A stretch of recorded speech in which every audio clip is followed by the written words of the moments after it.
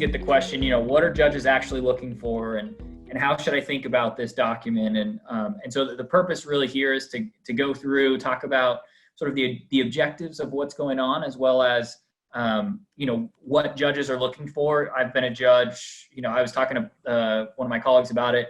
I've probably looked at 1,000 Venture Atlanta companies over the last couple of years. So by no means am I an expert, but I've looked at a bunch. Allison probably has 12 times that, and Paul and JC do as well. And so I think you have the opportunity to really leverage some of the people on this call for questions. But I'm going to kind of walk you through kind of how I think about it from an investment standpoint, and how I think share some funny stories, and as well as hopefully some things that are helpful. So really the purpose of this is to understand what the selection committee is looking for, understand if you should apply, if it's worth it, and any other questions you have around this year's Venture Atlanta. On the if you should apply, is it worth it? I think the answer is a resounding yes. As an investor, we've gotten a lot of questions. Are you guys even investing? What's going on in the marketplace? I would say yes, absolutely. I think, what has happened in the market, and at least this is according to what we've seen in BIP, right when coronavirus just hit and everyone was kind of freaking out, there was probably a 2-week period where people weren't really thinking about new meetings. After that, it's sort of picked right back up, and people are used to doing things on Zoom. People are used to making investments without shaking someone's hand, those sort of things. And so I think people have gotten over that pretty quickly. So if that's at all a concern, I think it's something that you can be pretty confident in that is moving forward. So wanted to cover just briefly the Venture Atlanta Executive Summary. We get questions about this all the time on, how should I think about it, and what to do. I want to recognize this is hard to do. It's hard to put your business on one sheet of paper and explain everything, but just keep in mind, you're just looking for a second date. I always think about that, especially at Venture Atlanta, like Allison mentioned, you're talking about 3-minute pitches. The amount of time that frankly judges will spend reading your summary is probably less than 3 minutes. So you want to include the most pertinent information, the most high level information. And so I was just going to kind of walk through each one of these sections and give you a sense of kind of what judges are looking for, what the common mistakes are. Starting with business description, here it's all about catching attention and being as concise and clear as possible. People want to understand, what do you do? Who do you sell to? Why should I pay attention? It's a pretty straightforward example. I think the mistakes that we see a lot is people throw in a bunch of buzzwords. They say I'm AI, ML, big data, blockchain for accounting software, and you don't really know what they're doing. So really try to keep it clear, explain what you're doing, who you're selling to. The company background is really a little bit of a chance to talk about yourself. Why are you, or why is your team unique to solving this problem? What is your insight?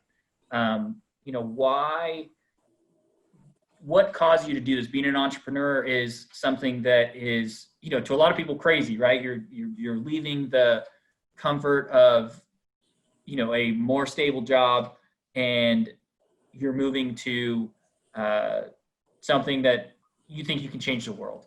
And so why are you uniquely positioned for that? Those are really impactful and powerful, and I think investors really do look at those a lot. Problem solution is always an area where I think people struggle a little bit in terms of how can I show in as few words as possible really what is the problem I'm solving and how do I have a solution, right? That's all when we're doing diligence. That's the main thing we're diligencing is what's the problem, what's the solution, and why do we think this company can do that? The key thing I think about here is thinking about what will the market pay for this? What's addressing it now? And why is this interesting? Why would this be interesting to an investor? Why is this interesting to you as the founder or CEO? Why is this a problem that matters? I think a lot of times people don't address the customer pain and think too much about, how things should be. And I kind of have thought about examples, and I wrote down a couple of examples that I thought had a very clear problem solution. WeWork, which I know isn't the most popular in the news right now. But if I think about WeWork's problem solution, their problem is essentially office space is traditionally sold in long-term leases and lacks flexibility. That's a massive problem in that space. And their solution was, hey, we're slicing and dicing office space so people can get it, up to hourly units so that they can have more flexible and in a professional office setting. So things like that, distilling that down to what really matters and why that's important and why that's important to your business and the success of your business, really, I think resonates with the committee. If I jump to products and services, here is where you're sort of explaining a little bit more. I would think about it, it's a little bit more space to explain about your solution. What is it you're doing and how do you solve the problem?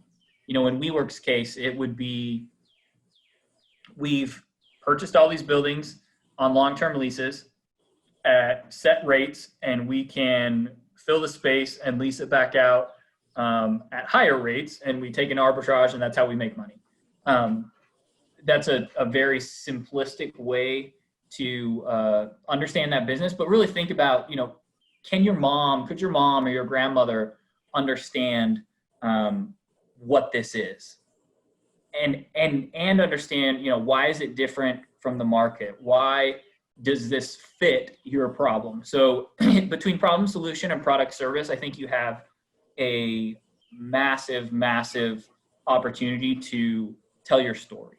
And that's where I would focus a lot there. One of the things that we see is people tend to, it's your product, it inside and out, you want to spill everything. And sharing too much technical detail or too much feature detail it can distract from what you're trying to get to. When you, I'm married now. My wife is the most incredible, patient woman. But if the first time I went out with her, I had told her, everything I struggled with and all of my issues, everyone has issues, and everything that went on, it would be, much less enticing to go out with me the next time. Think about that. Again, remember, this is sort of like asking for a first date. You're just giving them, why is this interesting? Why should I learn more? Investors will get into the technical details of your product. They will get into the features. You'll be able to talk about the unique things that you're doing. But for this document, if you want to be competitive and successful, focus on how you're solving the problem and how customers think you're solving the problem. And when you're selling to customers, you're not necessarily selling how complex your tech stack is. You're selling, how is it solving their issue? Sort of piggybacking off of that, if you do have specific technology, specific patents, opportunities where the technology of your product or the secret sauce really does provide you a competitive advantage, explain it here. Again, don't just list your technology stack. Don't just put things on there to look smart. Think about, this really drives value. If you think about, Google and search back in the day when they were pitching, they found a way to drive more effective algorithms. That was a key part of their technology that drove the product. That's something they would talk about here. But if they were applying to Venture Atlanta, this is kind of a funny way to think about it, Allison, now that I think about it. If Google was applying to Venture Atlanta, they wouldn't get super deep in the weeds on, these are all our algorithms and this is how we're so much better. Again, people that are interested, investors that are interested, will ask those questions and you'll get the chance to talk about those things. But you're talking about judges that are going to have probably realistically less than 3 minutes to read through all of this. You're just trying to give them a flavor. Markets. This is always one of my markets and competition are always sort of the two where I feel like people really stumble in the Venture Atlanta executive summary. We want to understand your market. We want to know that you've thought about this in a structured way. What is your beachhead? How are you thinking about your ability to penetrate this industry? One of the examples I always think about when we talk to people about markets is Amazon, right? Amazon, when they went out to pitch their first business. They did not say, we are going to literally sell everything online, and we're going to do this cloud computing thing, and we're going to be a back-end logistics provider, and we're going to do streaming. Jeff Bezos said, I'm going to sell books on the internet. That was his first market. That doesn't mean you can't go other places, again, but we want to see that you're thinking about this. As a startup, a lot of what you're thinking about is focus. And a lot of what investors and the committee is going to be thinking about is, are these people that we put on the stage going to be people that are fundable, and are they able to be focused? And so from a markets perspective, that's how I would go about thinking that. And that takes some consideration and time. That leads into, I think, competition, where you talk about, what are you replacing? Who do you run into in the market? Why do people say no? Every year, 10% of the companies that apply for Venture Atlanta say, we don't have any competition. If you don't have any competition, either one, you're lying, or two, you don't have any competition because it's not a valuable market and you probably shouldn't be doing this business anyway. Everyone has competition, even if it's, pen and paper or time. Netflix was a couple of years ago, before streaming really got competitive, when it was just sort of them and Hulu in the market, and they were taking massive market share. One of the things they were talking about, someone asked about competition on an earnings call. And one of the things that the CEO said was, we're starting to compete with other social media platforms. They were competing for time, right? They had a set, there's 24 hours in a day. That's the amount of time that they can get from people. And so their competition branched out beyond Hulu or, what was then ESPN Plus and all those things into, our competition is people's time. Work hours can theoretically be competition for Netflix. So think about what your real competition is, and make sure that you're going through that in sort of a sophisticated way. The last piece, and I have a really good example of business model and distribution channels. This covers a lot, but here is where I would try to show that what you're doing is working. Talk about your traction that might not be captured in the financials.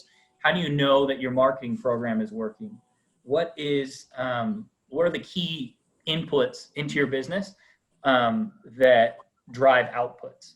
I took an example from a company that put together what I thought was a really, really effective business model and distribution channel summary last year. And they basically said, and I changed the numbers and stuff, but they said, we use a multi-channel marketing strategy launched in December of 2018 that's resulted in 30% increase in monthly active users, 20% month-over-month revenue growth. Major acquisition channels that we utilize include social, paid search, and referral, and blended CAC is $500. So that's something that, okay, there's a ton to talk about in terms of business model and distribution, but I understand how they're capturing their customers. I understand that they're measuring how they're capturing their customers. I understand that it looks like it's starting to drive results, and they have a sense for how much it costs them. Now, as an investor or as a judge, I'm thinking, hey, I want to talk to this company. This is worth another conversation.